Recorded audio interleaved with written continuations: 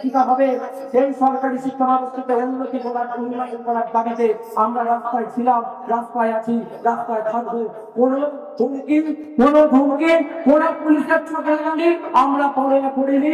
নওশাদ সিদ্দিকীর নেতৃত্বে আগামী দিনেও পড়া করবো না।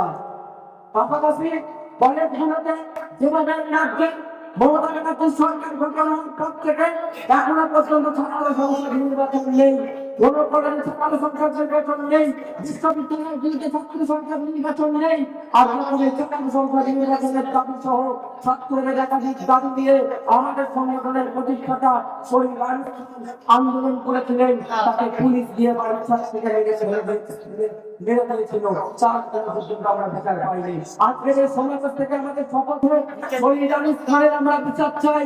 আজকের এই সমাবেশ থেকে আমাদের শপথ হোক সরকারি শিক্ষা ব্যবস্থার হাল ফেরানো হবে। আজকের এই সমাবেশ থেকে আমাদের শপথ হোক যে আমাদের শিক্ষা অধিকার আমাদেরকে ফিরিয়ে দিতে হবে।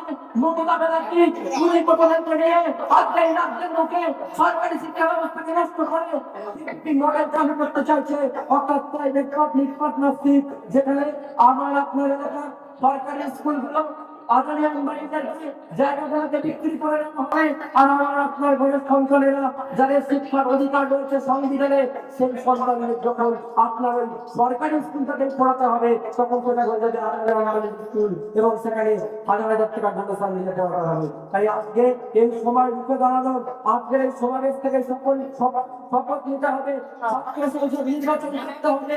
উত্তরবঙ্গের রবীন্দ্র বিশ্ববিদ্যালয় থেকে আর কলকাতা বিশ্ববিদ্যালয়ের একদলে প্রত্যেকটা কলেজে ছাত্র সংসদ নির্বাচন চাই। টিএমসি একটা মন্ত্রণালয়